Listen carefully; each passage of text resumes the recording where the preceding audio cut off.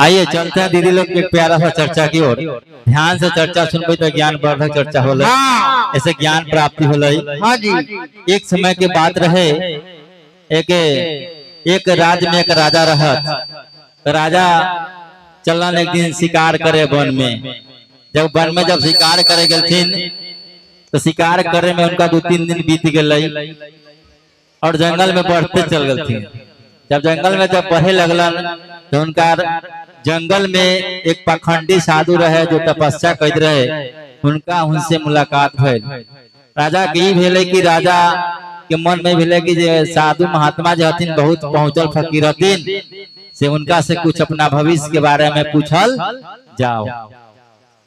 राजा साहब कहथिन साधु के प्रणाम पाती कलथिन और कहथिन कि हे साधु महाराज से हमरा रानी के जो गर्भ में जो बच्चा है से बेटा होत की बेटी होत। तो साधु महात्मा कहते कि हमरा से ऐसा प्रश्न ना पूछा, ऐसा प्रश्न के जवाब हम न दे सकली है कि तोरा बेटा होत की बेटी होत। इतना तोरा जरूर बता सकली है कि तोरा कुल में बेटी जो जन्म ले वो बहुत तोरा विनाश करत, तोरा राज के तहस नहस कर दे। अब राजा साहब वहां से शिकार खेल केलन, दरबार में रानी कहलन हे रानी इधर आइए और कहे कि तुम्हारा जो गर्भ में जो बच्चा है अगर बेटा हुआ तो ठीक है, अगर बेटी होगा तो जान मार के हम फेंक देंगे। बोल दे प्रेम से शिव गुरु महाराज की। तो जान मार के हम फेंक देंगे। अब रानी के मन में डर हो गया कि अगर बेटी होगा मारा जाएगा तो कन्या का पाप का दोष लगेगा। कन्या को हत्या का पाप सबसे संसार में बड़ा, उससे कोई नीचा कोई पाप नहीं हो, सबसे बहुत बड़ा पाप होता। अब वहां से रानी भगवान के लगन घोरावे, शिव गुरु महाराज के लगन घोरावे, हे शिव गुरु हमरा देवो करी है तो बेटे दी है बेटी ना दी है, जो मृत्यु से बच जाए। उसको दिल में डर हो गया। ऐसी स्त्री कोमल जात होती है, उसका कलेजा नॉर्मल होता है, अगर कोई डांट के बोल देगा तो थरथराना शुरू हो जाता है। भगवान के घोरावे लगन। जब बच्चा है तो जब समय अलई तो उनका बेटी न होके बेटा भेले। बेटा होले तो राजा बहुत खुश प्रसन्न भेलथिन। बोल दे प्रेम से गुरु महाराज की। फिर कुछ समय जब बीतल, कुछ दिन बीतल तो फिर रानी गर्भवती रहले। जब गर्भवती रहले तो राजा साहब के कहीं दूसरे देश से चिट्ठी आ गई कि वहाँ आपका बुलाहट है राजा साहब, कोई कारावास से जाना है कुछ मास के लिए। तो राजा साहब रानी से कहते नहीं कि देखो बेटा होगा तो रख लेना और बेटी होगा तो जान मार के फेंक देना, हम कुछ मास के लिए बाहर जा रहे हैं। अब राजा साहब चल गए, रानी इधर वह भगवान के फिर घोरावे लगला। समय बीतल गेले बीतत गेले। जब बच्चा है जब समय अलई तो उनका बेटी बहुत सुंदर बेटी जन्म ले। जब बेटी जन्म ले तो दाई रही घर में, दाई रही तो रानी असमंजस से पड़ गई। दाई से कहथिन कि राजा हम ऐसे से कह गलन है कि बेटा होगा तो रख लेना, बेटी होगा तो जान मार के फेंक देना। तो दाई ने कहा कि सुनिए रानी, हमारे पास कोई औलाद नहीं है, हमें बेटी को दे दीजिए, हम इसे ले जाते हैं, इसे अपना सेवा सत्कार करेंगे, पोस पाल के इसको अपना जीवन व्यतीत करने के लिए किसी का हाथ पा धरा देंगे और आप कहिएगा कि हमने दे दिए हैं दाई को, या मार के अपना फेंक दिया। बोल जय प्रेम शिव गुरु महाराज की। अब दाई अपना घरे ले गलन आ कहलन कि हमसे कोई पूछेगा तो कह देंगे कि हमारे भतीजा का या बेटी है। अब राजा साहब जब अलन तो कहलन कि बेटी हुआ था तो हमने उसको मरवा दिया, आपका आदेश था, हुक्म था तो हमने उसको मरवा दिया। बीते बीते बीते जब लड़की जब सियान भेले तो बहुत सुंदर रहे लड़की, बहुत खूबसूरती रहे। तो राजा साहब को नगर से उनकर रथ जाइत रहे। तो दाई के घर पर जब नजर पड़े तो लड़कियां छते पर रही खड़ा है, तो देखते रहे। इतना सुंदर है कि राजा साहब जब देखना तो देखते ही रह गया। उस लड़की पर उनको मन मोहित हो गया और उनको शादी का भावना जग गया कि मैं इस लड़की से अब शादी करूंगा। अब राजा साहब अपने दरबार में जब अलन तो अपना मंत्री के भेलन कि जाओ दाई के घर जाना और शादी के प्रस्ताव लेके जाओ, कहना कि राजा साहब आपकी पुत्री से शादी करना चाहते हैं। मंत्री साहब दाई कहीं आए थे, दाई से कहते कि राजा साहब आपके लिए एक संदेश भेजे हैं, अपना विवाह का प्रस्ताव लेके भेजे हैं हमको कि आपकी पुत्री उनके लिए योग्य है, उनसे आपको शादी करना चाहते हैं। अब रानी के बात सुन के समझ में आगल दाई के कि उनको रे बेटी है, रानी से मंगले होते केना कहू, असमंजस में पड़ गल। तो दाई झाड़ के बेलगा देती कि जाइए कहाँ राजा साहब, हम कहाँ दाई है, हम उनमें लगेंगे, कहाँ धरती है कहाँ आकाश का फर्क है, जाइए हम उनसे शादी नहीं करेंगे। फिर घुमा देते हैं। मंत्री साहब आते हैं, राजा जी के कहते हैं कि ऐसे दाई हमको झाड़ के बेलगा दिया। फिर दूसरे मंत्री को भेजे, उसको भी उसी तरह झाड़ के बेलगा दिए। तब राजा का आदेश हुआ, सिपाही सबको भेजेगा, उसको पकड़ के लेके आओ। अब दाई के पकड़ के लेके आया और उसका कोरा से लगे मारने। जब कोरा से जब मार लगा तो 2 कोरा जब लगा तो सबका कोरा में कहा कि राजा साहब हमको क्षमा करिए, कि जो पुत्री को आप शादी करना चाहते हो पुत्री किसी और का नहीं है, पुत्री आप ही का है। जब आपका पुत्री का जन्म हुआ तो रानी ने हमें दे दिया था मार के जंगल में फेंकने के लिए, लेकिन हमें मार के फेंका नहीं, हमारे पास कोई संतान नहीं था, इसलिए हम इसे पोस पाल के बड़ा किए।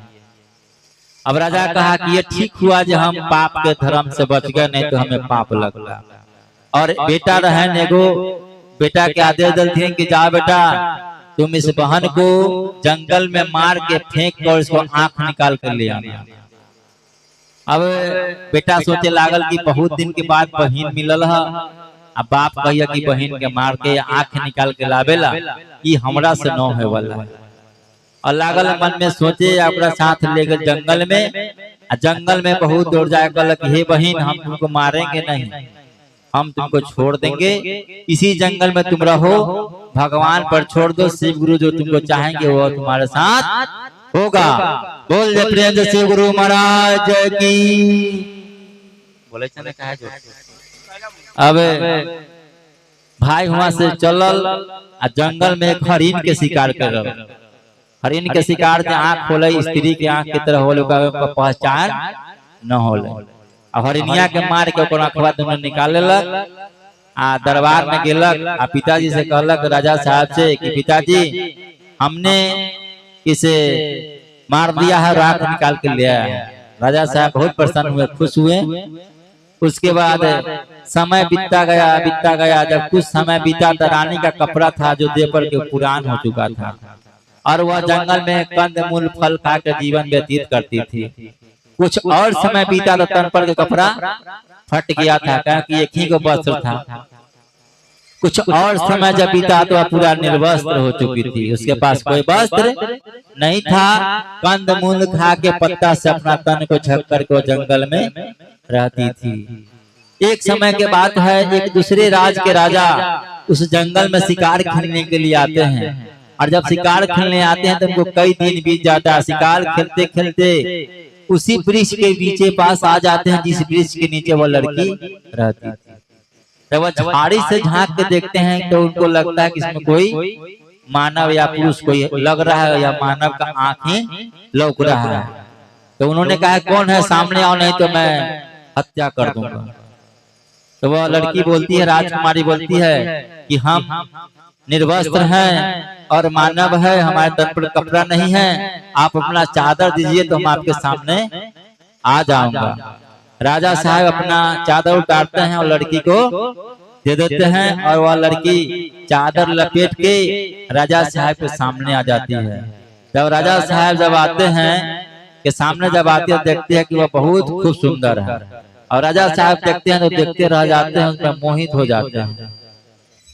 उसके बाद उससे कोई एड्रेस कुछ नहीं पूछते हैं, और अपने घोड़ा पर बैठाते हैं, अपने राज को ले आते हैं। और रास्ते में उनके बूढ़े मंत्री का घर रहता है, तो मंत्री को उसको सौंप देते हैं कि आप इसको संभालिए, और कल मैं अपने मंत्री के साथ आपके पास निमंत्रण भेजूंगा, इसके हाथ मांगूंगा और इससे मैं विवाह करूंगा। बोल दे प्रेम से गुरु महाराज की।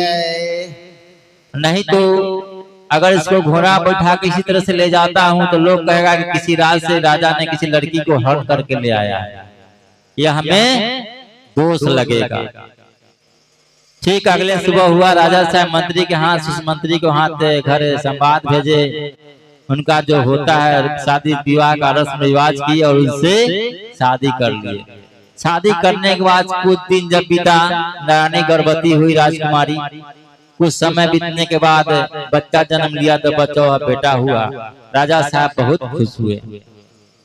तब रानी से पूछे कि हे रानी, हमें तो एक पुत्र हो गया है, अब आप अपने जिंदगी के बारे में बताइए, जो आप हमें जंगल में मिली थी, आपका जिंदगी का क्या रहस्य है। रानी साहब ने कैसे बोला भूला कर टाड़ दिया, लेकिन अपना वो जिंदगी का सवाल नहीं बताई। बोले प्रेम से गुरु महाराज की। जब कुछ समय और बीता तब फिर रानी गर्भवती रह गई। समय बीतता गया और फिर जब बच्चा होने का समय आया तो फिर उनके एक पुत्र का जन्म हुआ। जब पुत्र का जन्म हुआ तो राजा साहब कह गया मुझे डबल पुत्र हो गया, उनको बहुत खुशी हुआ। और फिर यही सवाल रानी साहब से पूछते हैं कि हे रानी साहब, आपका जीवन जिंदगी क्या है, आपका जीवन का रहस्य क्या है, हमें बताइए। तो रानी सोचने लगा कि हम जंगल में ऐसी लंगटे बुआते थे तो राजा साहब हमसे आश्रम दिए और हमसे बहुत प्यार भी करते हैं। अगर नहीं बताती हूँ तो उनको बहुत ठेस पहुंचेगा, दुख होगा। तो वह जिंदगी के बारे में रहस्य बता दिए कि हम फलाने राज्य के राजा के पुत्री हैं। उन्हें एक प्रखंडित पंडित ने कह दिया कि पुत्री होगा तो विनाश होगा, पुत्र होगा तो विनाश नहीं होगा। जब हम जन्म लिए तो हमें जंगल में हुआ छोड़ गए, तब से मैं जंगल में ही रहता हूँ। तब राजा साहब कहते हैं कि ठीक है, तुम अपने पिता के पास चलोगी, हम तुम्हें वहां ले चलते हैं। रानी साहब जाने के लिए तैयार नहीं थे, तैयार नहीं हो रहे थे, लेकिन राजा के बहुत हठ करने पर वह तैयार हो गए। ठीक है, मैं आपके साथ अपने पिता के घर चलूंगी। बोल प्रेम से गुरु महाराज की। तो वह अपने पिता को घर जाने के लिए तैयार हो गए। रथ सजा, सेना सजा, घुड़सवारी सजा। उसी समय राजा को खबर आ जाता है कि राजा साहब आपको दूसरे देश में बुलाहट है। तो राजा साहब मंत्री और सेना से कहते हैं कि जाइए आप उस राज्य में चलिए और मैं वहां पीछे से पहुंचता हूं। अब राजा साहब चल दिए और उधर से मंत्री सेना खोल दिए, दूसरे राज्य के लिए प्रस्थान कर गए। और उनके राजकुमारी का पिता का नाम सूर्यभान था और उनका पति का नाम चंद्रसेन यानी चंद्रभान नाम था। अब सूर्यसेन के राज में जाने लगा तो उनका राज बहुत दूर था, बहुत दूर था सूर्यसेन का राज। अब जाते जाते संध्या जब हो गया तो पड़ाव डाला गया। मंत्री साहब पड़ाव डाल दिए रास्ते में और रानी के बगल में अपना वह पड़ाव डाले, बिछौना लगाए। तो रानी साहब कहते हैं कहा मैं राजा की पुत्री हूँ, राजा की पत्नी हूँ, तुम मंत्री हो गए, तुम इतना हिम्मत हो गया तुम हमारे बगल में ही पड़ाव डाल दिया है, तो अपना पड़ाव अलग डालो। मंत्री कहता है कि आपका राजा साहब का आदेश है कि आपको देखभाल करना। और वह जब संध्या को रात को जब आधी रात बीतता है तो मंत्री उठ के रानी के पक्ष में आने लगती है। उसके मन का शैतान जाग जाता है, हैवान जाग उठता है। अब रानी इतना सुंदर थी कि उसको आकर्षित हो गया और रानी के कक्ष में जाने लगा। रानी देखा कि अब हमारे कक्ष में आ गया तो उठ के बिस्तर में बैठ गई। कहा कि मैं कहा राजा का बेटी हूँ, रानी की पत्नी हूँ, तुम हमारे कक्ष में घुस आए हो, तुम इतना हिम्मत हो गया, तुम आगे नहीं आओ, आप घूम जाओ। फिर वह नहीं लौटा, उसका मन का हैवान जाग चुका था और वो अपने बड़े बेटा को खड़ा कर दिया आगे। कहा कि तुम हमारे बेटा का सौगंध है, तुम हमारे पास आ गई। मंत्री हमारे बेटा का बराबर होता है, हम तुम्हारे माँ का बराबर है। फिर भी वो मंत्री नहीं बाज आता है और म्यान से तलवार निकालता है और पुत्र को वध कर देता है। अब देखा कि अब पुत्र को मैं जब मारिए दिया, मेरा भी इज्जत अब यह लूट लेगा। किसी तरह वो बहाना के वहां से राजकुमारी जंगल की ओर भाग गई। और बिहने पर जब उठती है फिर जैसे तंबू में जाती है तो बेटा का लाश देखकर उसने पूरा जैसे कि अतपगली की तरह हो गया। फिर वहां से घुड़सवारी चलता है, सेना उना लेकर चलता है। फिर चलते चलते शाम हो जाती है। अगले दिन दूसरे जगह जब पड़ाव डाला जाता है तो उसके रानी के बगल में सेनापति अपना जैसे कि सेज लगा देता है, बिछौना लगा देता है। तब रानी बोलती है कहाँ मैं राजा की पुत्री हूँ, कहाँ राजा की मैं रानी पत्नी हूँ। सेना का इतना हिम्मत बढ़ गया कि तुम हमारे बगल में अथी लगाओगे, पड़ाव लगाओगे, तुम अलग पड़ाव लगाओ। फिर भी वह कहता है कि हाँ राजा साहब का आदेश है कि हमें तो आपका रक्षा करना है। फिर पड़ाव लग गया और सो गए। जब आधी रात बीतता है तब फिर भी सेना उनके रानी के कक्ष में जाने लगती है। और जब रानी के कक्ष में जाती है तो रानी फिर उठ के बैठ जाते हैं और कहते हैं कि तुम हमारे कक्ष में आने का तुम इतना हिम्मत हो गया है, मैं राजा का पुत्री हूँ, रानी की राजा के पत्नी हूँ, अब तुम हमारे कक्ष में घुस आए हो। वह फिर भी बात नहीं मानता है और आगे बढ़ने लगता है। और रानी देखती है कि एक बेटा तो मारा जा चुका है, अब एक ही बेटा बच गया है। फिर वह हिम्मत करके छोटका बेटा को खड़ा कर देते हैं कि तुम हमारे पुत्र के समान हो और ये भी मेरा पुत्र है, मैं तुम्हारी माँ के समान हूँ, तुम यहाँ से लौट जाओ, हम अपने पुत्र के कसम तुमको देता हूँ।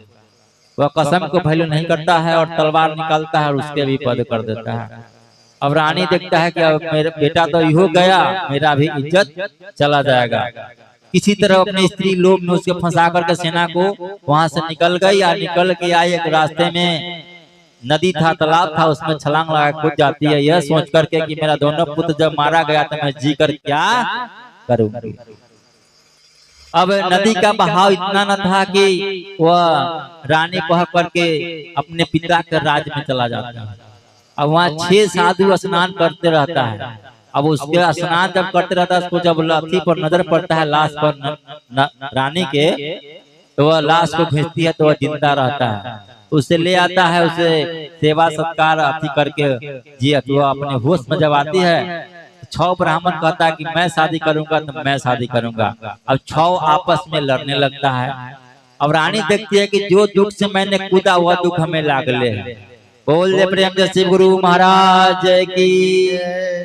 अब वह 6 लड़ने लगता है तो 6 में करता है, बड़का कहता है काम करो, चलो गुरु जी के पास, गुरु जी जो कहेंगे वही होगा। अब गुरु जी के पास जाते हैं तो गुरु जी से कहते हैं गुरु जी हमें यह नदी में बहते हुए मिली है और मैं इससे शादी करना चाहता हूँ। अब गुरु जी असमंजस में पड़ जाते हैं कि 6 को है, अब किससे शादी कराया जाए, किससे नहीं कराया जाए। ऐसा इसको रिश्ता दे देता हूँ कि 6 इसमें लपटाया रहेगा।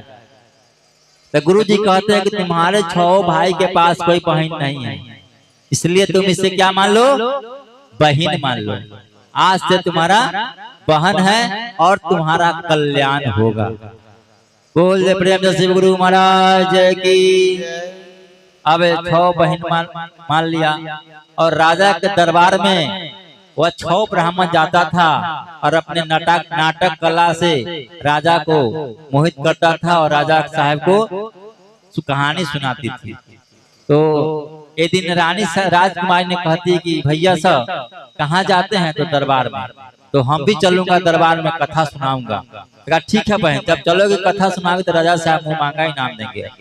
वह भी राजकुमारी माने साध्वी का रूप धर लेती है और दरबार में रोज कथा सुनाती है। राजा साहब बहुत पुरस्कार देते हैं। एक दिन ऐसा समय आया कि राजा के दरबार में मंत्री और उनका चंद्रभान उनका पति और सेना सहित था। तो जब वह उनका पति चंद्रभान पहुंचता है तो पत्नी के बारे में पूछता है कि हमारा पत्नी कहाँ है, तुम लोग यहाँ होते।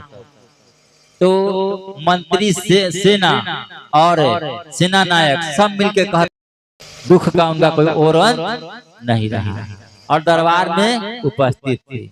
तो रानी देखी कि यही मौका है, क्यों न मैं अपना कहानी सुनाऊं। तब रानी कहती है राजा साहब से, राजा साहब जब मैं कहानी जब स्टार्ट करूंगा तो इस सभा में से कोई उठ के नहीं जाना चाहिए और बीच में कोई डिस्टर्ब नहीं करना चाहिए। तो राजा साहब ठीक है, आज्ञा है, कहानी शुरू किया जाए। जब वो कहानी शुरू करते हैं तो कहते हैं कि एक राजा था, उसको एक पुत्री जन्म ली, तो उसे मारकर अपने पुत्र के हाथ जंगल में भेजवा दिया। उसे आंख बार निकाल कर अपने राज में बुलाया। तो राजा साहब को दिमाग में आई तो मेरा ही कहानी सुना रहा है, मैंने ही अपना पुत्री को जंगल में फेंकवाया था और आंख निकाल के कहा। एक मोती का माल निकालते हैं, आप पुरस्कार में देते हैं, कहते हैं कहानी को जारी रखा जाए। और वह लड़की कंद मूल खा के वह जंगल में जीवन व्यतीत करती थी।